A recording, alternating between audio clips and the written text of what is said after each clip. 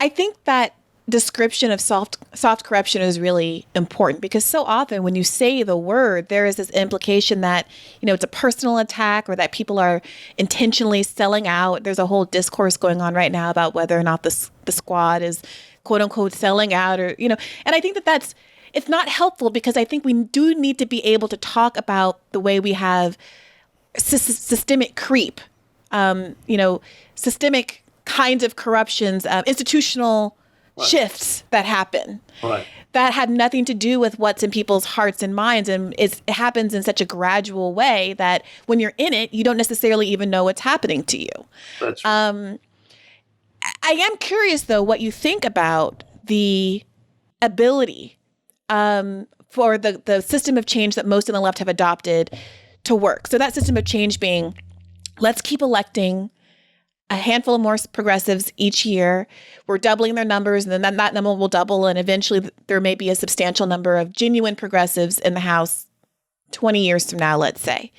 And the hope is that the ones that got in first are still rigorous and uncorrupted and willing to fight, and now we have a mass of folks who have, quote unquote, real power.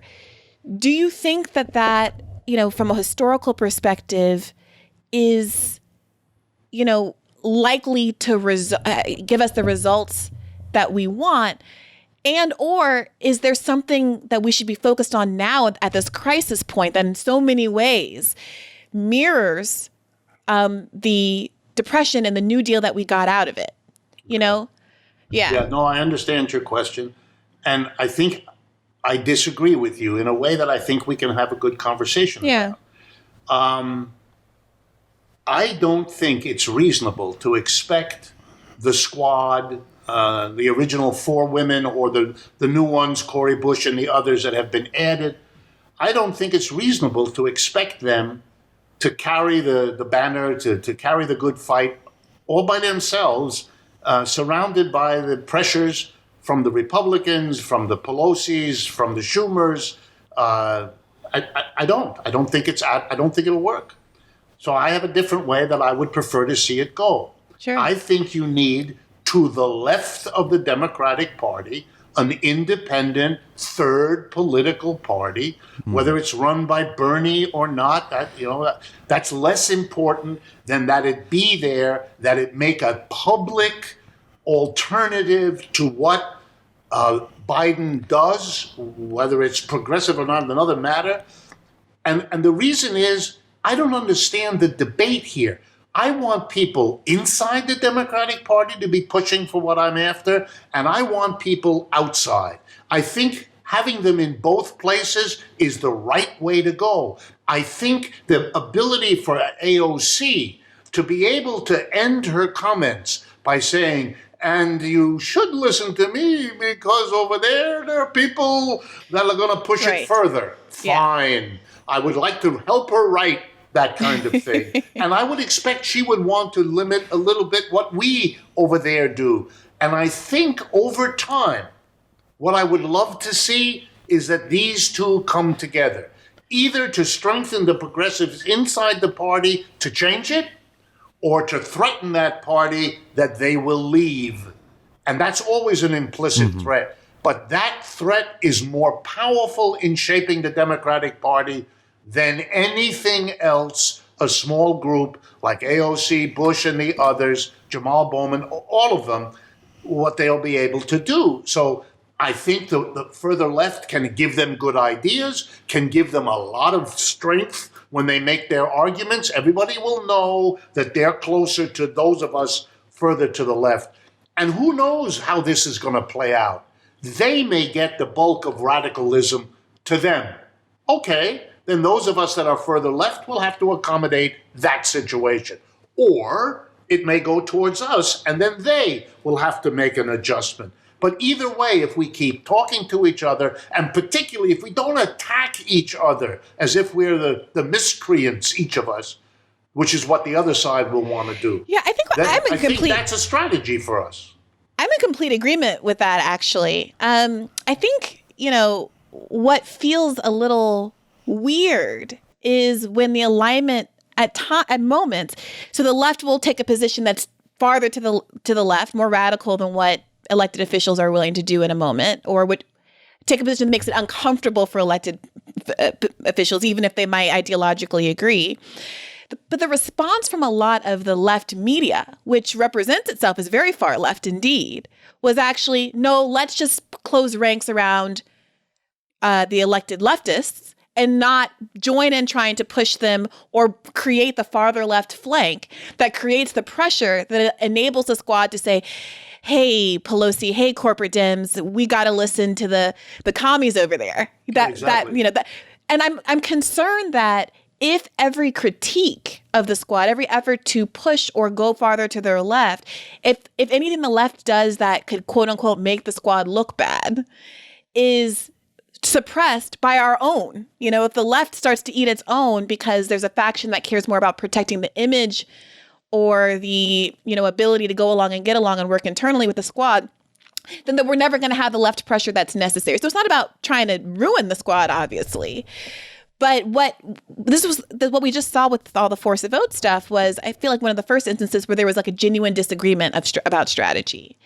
And it very quickly became very personalized and antagonistic.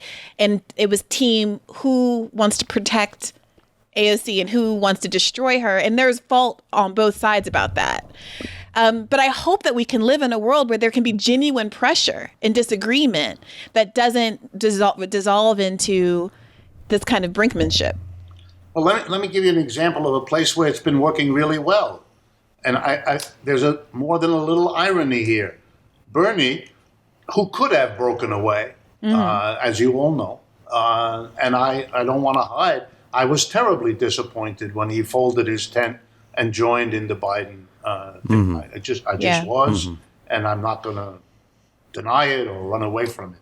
But let me give you an example where this has been working very, very well. The place is called Europe. In every European country, there is a center-left, usually called a socialist party, or in some countries like a Labour Party, other names, but it's basically like the Democratic Party. But in every European country, there are political parties well established to the left of those parties. And if you talk to socialists in Europe, and I do a lot, English is my third language. My mother was born in Germany. My father was born in France. I speak those languages before I ever learned English. So I keep up with those things, partly because I like keeping the language going.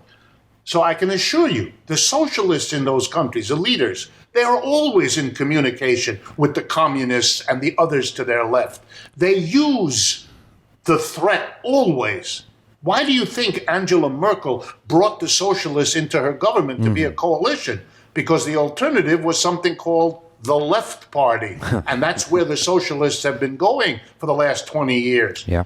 To the Green Party and the Socialist Party, which are very big, important parties in German politics. But you can't explain the German situation. And it's true in Italy, it's true in Britain, it's true in France, it's true in Spain, all the major and the minor ones too. You have had a long tradition of this being played, and that the left understands that it gets more power for both of its partners. I mean, they have their frictions. It's not a love fest, but they understand that they're playing different roles that will allow them a flexibility and a power socially. Yeah. So when Bernie celebrates Denmark or whichever one he picks, I always found it very ironic because he liked the outcome, but didn't want to admit, or maybe he didn't know, that the politics that got the outcome he likes was a politics he did not himself pursue. And he never explained why not. Let me give you an example, Germany again. In Germany, you had the Communist Party inherited from East Germany. And you had the left wing of the Socialist Party, which was very uncomfortable, kind of the way AOC is with the establishment Dems. They worked separately, and then a moment arrived in German politics where they merged. The Socialist Party of East Germany, the left wing of the German Socialist Party, came together and formed Die Linke, it's called in German, the left party. The left party gets between 8 and 12% of the vote. 1 out of 8 or 9 or 10 Germans votes for that party, which incorporates the old Communist Party of Eastern Germany, which in Germany is a heavy lift ideologically to get that done. But that's a very powerful party. And there, because of proportional representation, that party is in the parliament. It's very, and that's why you have in Europe, no capital punishment, a universal health care for everybody, subsidized education. You have all the things that Americans who are socialistically inclined admire about Europe, but they don't want to understand the political arrangements and deals and relationships that involve in those countries a far left, to the left of the equivalent of the Democratic Party, and have done so for decades. Have you been following much of this conversation about the Movement for a People's Party or any third party effort, really? Yes, the way it bumps up against me in a variety of ways. People bring it up. I go on shows where I'm asked questions that become clearly designed to draw me in to that. But what I do is what I'm doing with you here. I don't want to have an argument. I'm glad that AOC is there. I'm glad that Bernie is there. Yeah. Am I to their left? Absolutely. Sure I am. But fine. I appreciate what they're doing in their environment. Yeah. I would like them to do the same honor to me and give me the recognition that I can help them by my being different and doing what I do. I can say things they can't. And moreover, if they came to me and said, it would help us if you do that, I'm willing to listen. I understand what they're telling me, and I have no problem with it. I echo that for anyone who's listening. But I think that's a kind of, I know this sounds bad, but I'll say it anyway. There's a political sophistication and a maturation in Europe, maybe because it's older than we are. They get all this. They understand. The population understands it. The political actors understand it. And the role, I go out on a limb again, the role of religion is just different. And in America, politics and religion, as you could see again on the 6th of January, are very confused in the American mind. Mm-hmm. Politics is a little bit like you're standing in front of Jesus or whoever it is you believe in, and you're either witnessing properly or you're not. You're either a good Christian or you're not. Yeah. Europeans do not think like that, even the ones that take religion seriously. I mean, I have been in the room with politicians in Europe who look at me and ask me, because they know I come from America, how is it possible that a politician is a big religious, fundamentalist?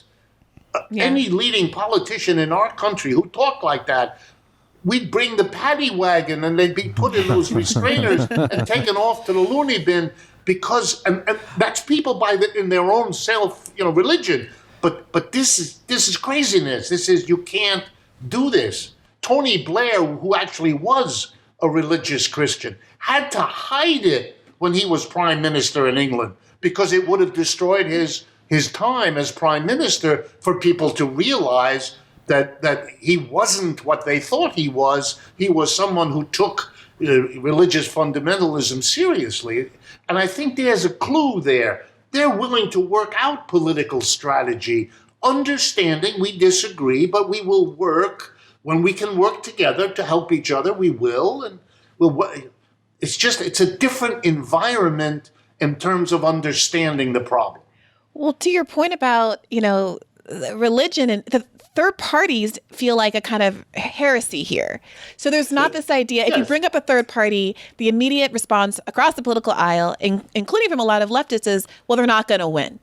They're not going to win, so what's the point? A lot of people on the left with some major platforms on the left hate third parties, call them the dumb left, Green Party. And it's like, well, don't you understand this strategic goal here? If you have a section of voters who you can deliver one way or the other, who can be brought into a coalition and have that larger coalition bend a little bit, that's how you can get some of these policies in. But it's so difficult to get people to think about, there's such a religious fervor about the idea of us being a two-party system, and that it's inflexible in a way that people think about capitalism. There's just no imagination, even in large swaths of the left, about us being able to break out and do anything differently. What do you say to folks who respect you a great deal, who don't think there should be an inside-outside strategy, who don't really believe in the promise of third parties, and who are largely dismissive of those kinds of efforts? Well, I'm always amazed at how little of our political system those folks know or deal with or acknowledge. The empirical record. I mean, many elections are decided by 1%, 2%, 3%, 4% of the vote. And nobody argues that third parties can't get 1%, 2%, 3%, 4% of the vote. I mean, in 1985, I'll give you an example. In 1985, I was resident in New Haven, Connecticut, because I went to Yale and I taught at Yale for a while. So I lived in New Haven, Connecticut. I ran for mayor on the New Haven Green Party ticket. I did, with a whole big group of people that helped me. There had never been a New Haven Green Party ever before. We formed the party so that I could run on it. And I ran for mayor, 1985, and I got 10% of the vote. Okay, that's more than you need. Yeah. Bingo. By the way, the Green Party subsequently got seats on the city council of New Haven and became a political part of the process there. The notion that a third party cannot win misunderstands what the word win means. You can be the decider between the Republicans and the Democrats. And if you want to be taken seriously quickly by the political system, do that. You'll be taken much more seriously than you are now. So come on, what is this hesitation about, number one? Number two, Americans are supposed to love competition. You know how I know that? Every 4th of July, the local businessmen get in front of the Rotary Club and explain the wonders of competition. But in our political system, we have two parties who exclude all the competitors. We have a two-party monopoly. And we don't question it, we don't challenge it, we don't deliver the same critique of the corrupting influence of monopoly that we have an entire antitrust division to prevent it in the economy, but in politics, it is all right. Even though every European country we're allied with has more than two political parties and has kept it that way on purpose for at least 75 years. I mean, again, if you explain to people, you begin to put this in terms other than, as you rightly say, the sort of naturalizing sort of, we're supposed to simply understand that a third party cannot win. I mean, that's really nutty. There's no basis for that in the way our votes work.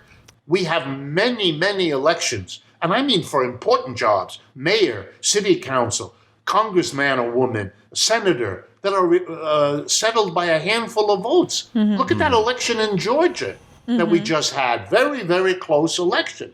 And, you know, it's like saying don't bother to register another 10,000 voters because it won't make a difference. Yes, it will. And you never know, and you have to do it. And there are many benefits of registering 10,000 more voters, not just for this election, etc. It's exactly true for a third party. Yeah. You give people a whole new idea. By the way, in 1987, I ran again, but for the city council. In New Haven, it's called the Board of Aldermen. Notice the gender. Aldermen. It's the equivalent of a city council. I ran in my neighborhood for the city council of New Haven, and I got, ready, 47% of the vote. Why? Because the Republican Party withdrew its candidate and endorsed me as the Green Party candidate. Had I stayed in the city of New Haven and in that ward, I'd be on the board or I'd be the mayor. And that's despite being called in the press all the time, the red green. we should have had you for a Christmas episode with that with that title. That's right. I could have thought of that as a way to answer the red-green.